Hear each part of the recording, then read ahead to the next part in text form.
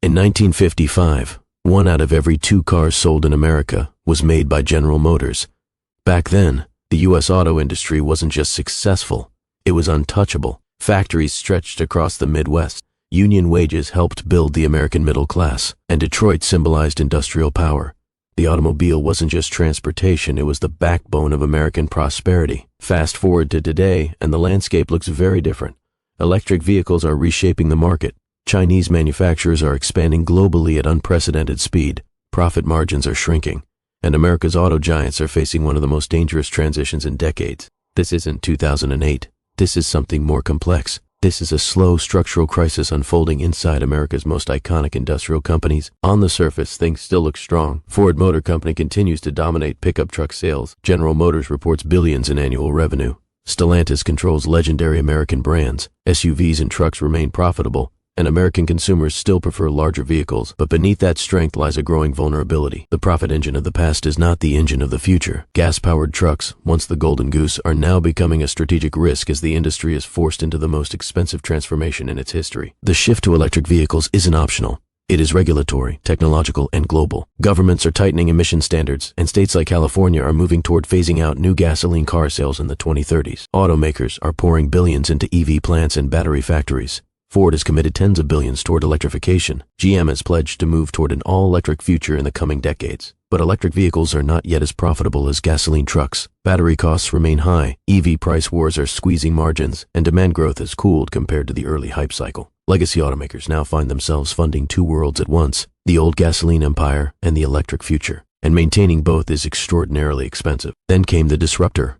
Tesla didn't just build electric cars, it rewrote the business model.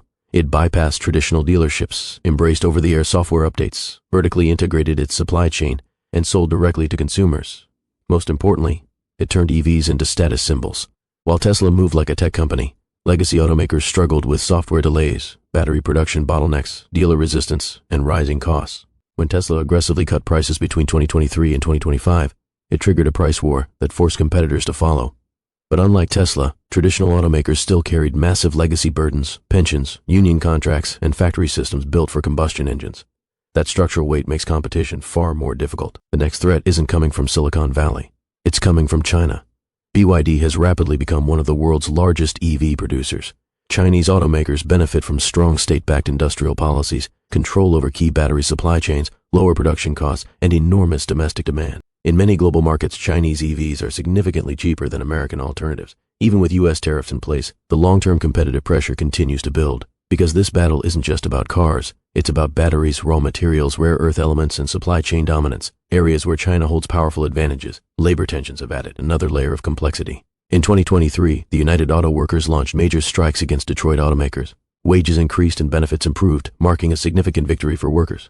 But for companies already navigating shrinking EV margins, higher labor costs intensified financial pressure. There's a deeper tension at play.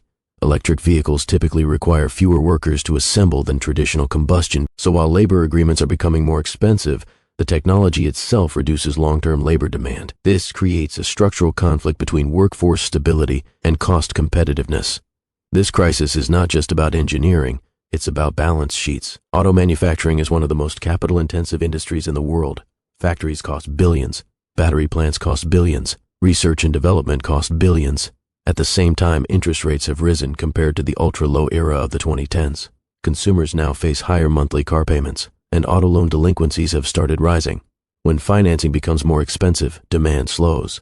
And when demand slows in an industry burdened with high fixed costs, profit margins can collapse rapidly. Another hidden challenge lies within dealership networks.